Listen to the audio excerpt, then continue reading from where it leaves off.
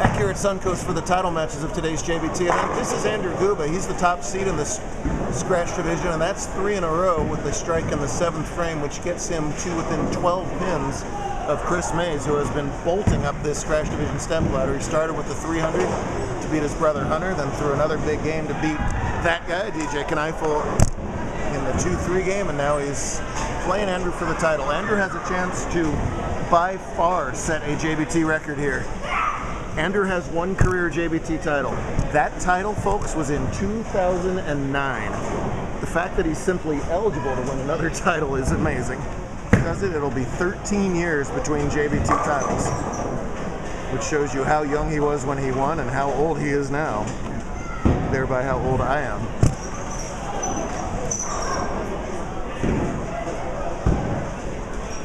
This to close within 2 pins, working on a 3-bagger in the 8th frame.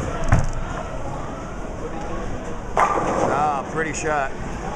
Both bowlers say this is one of the tightest pairs in the house. Righties moved right, lefties moved back to the left. They're both using pretty aggressive stuff. Chris, obviously, a look that has not yet deteriorated. Chris, a 6-time champ. Seems to bowl well in a lot of Vegas centers. Boy, that is worst shot, probably the whole step ladder. Lucky to get away with it and only leave that 6 pin. 6 wins, but it's been a while since his last one. Andrew would so desperately love to get on. Talk about losing streaks. Chris's brother Hunter had a prolonged losing streak, which he broke out of. Everybody knows about Cyril Cardenas's losing streak, which he finally broke out of. Andrew hasn't made quite as many shows as those 2 bowlers, but man, a 13-year gap. To their right is what I am somewhat certain is the handicap division title match. This is Jacob King playing Devin Montoya, and they both have the same handicap, so this is a scratch match. High game wins their first career title. This is Jake's first step ladder finals with us. Devin's second. He has a high finish of 3rd. Follows it up with another iffy shot, but gets the Brooklyn carry for a pivotal foundation 9th strike. He can finish out at 238. 246 is Guba's max. Now I got that wrong too. 256 is Guba's max, so he's still in control. He can shut out Chris, and that might be a good idea to do so, the way Chris has been rolling with strikes here in the 9th and 10th. Jake has been fantastic all day today as well. Led some of the rounds today, qualified 2nd at plus 202 after all was said and done, which was what he qualified after game 5 with, so he's stayed dead even through the semifinal, and that was enough to hold on to the number 2 position, I think.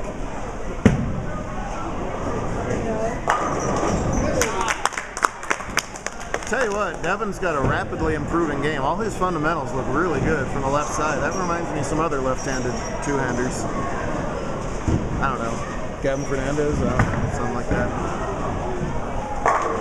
I was thinking Solomon, and believe me, that's high praise. Guba flushes another one in the 9th. He is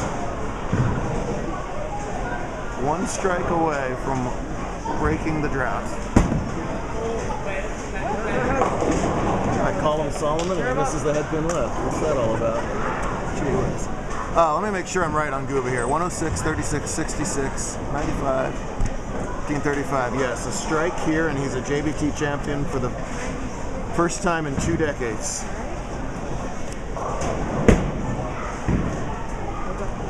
Nice spare from Montoya. Andrew, a super nice kid from a super nice family, a very cerebral, smart bowler. Taking a little extra time here. He knows these opportunities are starting to wrap up. The 20 teens eluded him. Will the 2020s be his decade? Here is a giant shot. No! We said the lanes were tighter. He's got such a soft hand anyway, but even that was just a little slow maybe. Still, a spare here forces a double from Mays and good count. First things first, don't be sloppy on that somewhat easy single pin over there. Jake from the Phoenix area just bowled a couple JBT events. He is super excited about bowling. I know he does a lot of practice at the B3 training center. Looks up to Cortez. He would love to be the next Cortez. I mean, who wouldn't? So, Guba coming on camera left at his spare. Hard and straight. And misses it. I can't believe he missed that spare. Oh. I said relatively simple because nothing's easy in a title match when you got all that history weighing on your mind. And now Chris just needs a hit. Count's not going to matter here most likely. All of a sudden, strike to win his 7th. And he flushes it. High flush, the 7 goes out last. He just needs any kind of decent count to snatch victory away. Oh my goodness, Andrew, I feel so bad for him. Montoya working on a strike in the 5th. Ah, and another soft 7 there. 6th. 7 would be the only thing that doesn't lock it up. So, never a better time for a solid 9, as that puts him in the winner's circle again for title number 7. And oh, we're going to have to talk Andrew off a ledge right now because that is a heartbreaker. But elation for Chris. Chris has had a lot of breaks not go his way in step ladders. You get to enough of them and you catch a good break your way. That is one, and he capitalized with the strike in his 10th to win it all and climb the ladder. Let's see, that's 760 or so for his 3 games. That'll win you a lot of tournaments.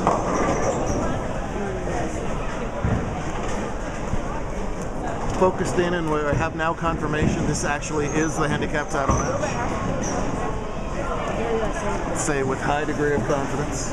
Devin passed Jake for the tournament lead in the very last game, shooting a big one, 271 with a 226 scratch to leapfrog over King for that #1 spot.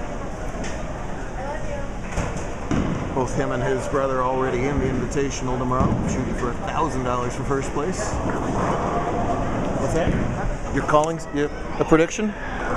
No, just wanted your camera time? Yeah. As is the official Gavin Fernandez camera time. Covered. Nice spare for King. That's off of 4 in a row too, so he's got 116 through 5. Spare working gives him a 21 pin lead through 6. Again, this is a scratch match. Both bowlers getting 45 will get less than 45 tomorrow. So that's for tomorrow. They don't got to worry about that right now. They just want to win that biggest plaque we got. Out of trouble there. That could have been anything. Leaving only the 4. Andrew, when do you turn 21? I am 21. So next year's my final year. So, what, it's about 6:30 now or something? Yeah. Give me a beer. Yeah, I'll get you a tequila in about 20 minutes. Ouch, man. I'm sorry. That's a tough one. It's all good.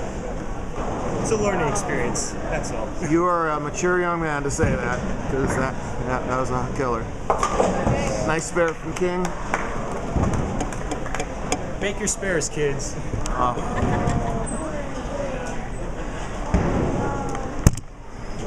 What percent of kids don't act like that right now? About 99.9? Something like that?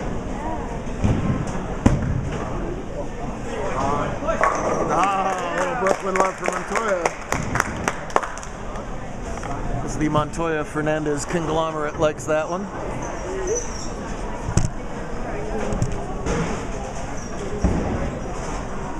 Big opportunity for him to carve into this lead. Can take it down to an 11-pin game if he can double here in the 8th.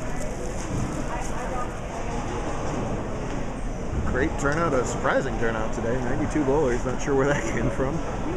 Only qualifiers tomorrow, top 4 or top 32 in points. Just not quite getting that ball to face up on the left-hand lane. A couple soft 7s, now a 3-pin on a light hit. Hopefully it'll still matter in the 10th. They can just do a little fine-tuning adjustment. Right now he's going to need help from Jake to have that opportunity in the 10th for it to matter. Andrew said make your spares, and boy, oh boy. just shaves the left side of that 3-pin. Good enough. Spare on the scoreboard. And a 20-pin lead for Jake King stepping up here in the 8th. Jake was literally the first person I saw this weekend. He was checking into the hotel when I was Friday morning. Trying to be the last bowler standing today. Oh, and that's not a good break with that wobbly 10-pin not falling. Much tougher spare, obviously. Let's see how he goes about the 310. More good news for the Abaganis. They're on a roll in June. It was a sweep for them in the subdivisions as Caitlin won girls stretch over Maya Van Ryn, first time in the finals for Maya, while Josh beat another first-time finalist, Connor Bell, in at U17. Jake chops that off and chopped 10 pins off his, more than 10 pins off his lead as well. We got a game, folks. 7-pin match, 2 frames to go.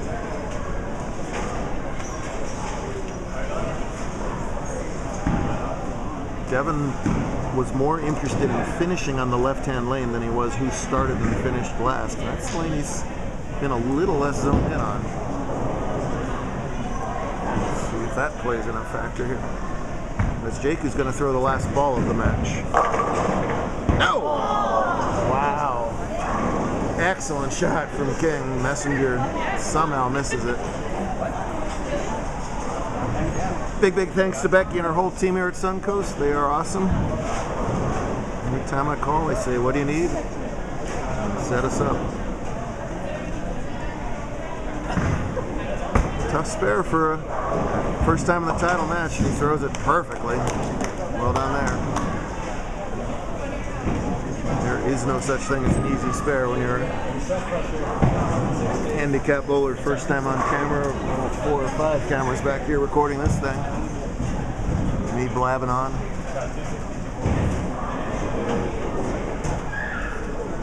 What can Devin do in the 9th?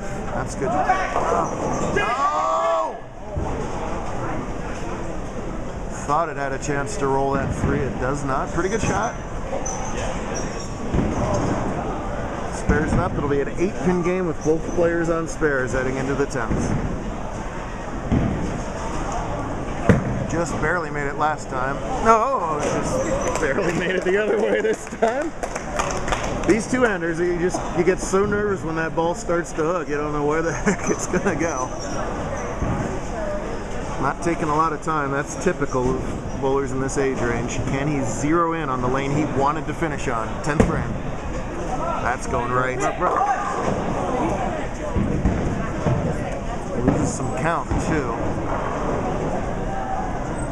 First things first, has to make this tricky cluster. Then the fill ball is going to be important, and then it'll be all up to Jake. Oh, Devin.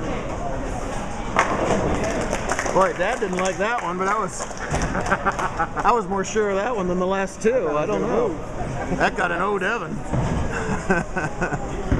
Picked up the plastic fill ball, really important here. As he trails by 11. Strike opens up all kinds of tie possibilities, everything else. Oh, stays behind the line. Does stay behind the line, gets 8. Finish at 189 for Jake King to win his first career JBT title. Any mark will do. In fact, 9 out will do because of that 8 count. 9 out is 190.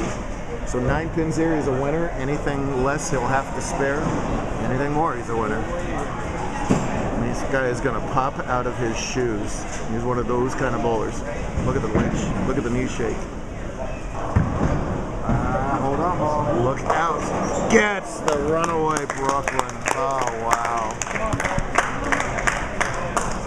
Well, when you lie in bed at night and dream it up, you dream of putting in the 1-3 pocket and crushing the rack, but you also dream of a little X going up on the scoreboard. The Brooklyn carries. That's the strike he needed, and he is going to take the title. I think. No, I know. Hey, Jake.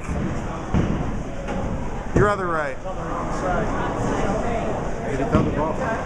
One last test for the director. Pass that one with flying colors. That's the shot he intended to throw the first time. Well, Devin throws the ball really good. He's going to be in the winner's circle soon. If It is Jake's time today. Good stuff all day here at Suncoast. We'll be back in a few hours to give out a few $1,000 tomorrow, invitational time.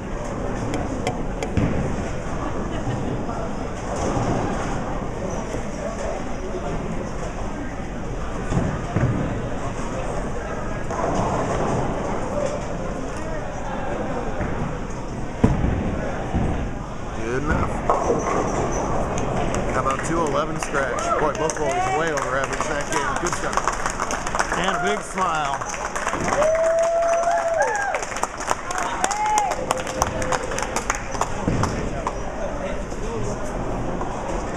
Nice job, both of you guys.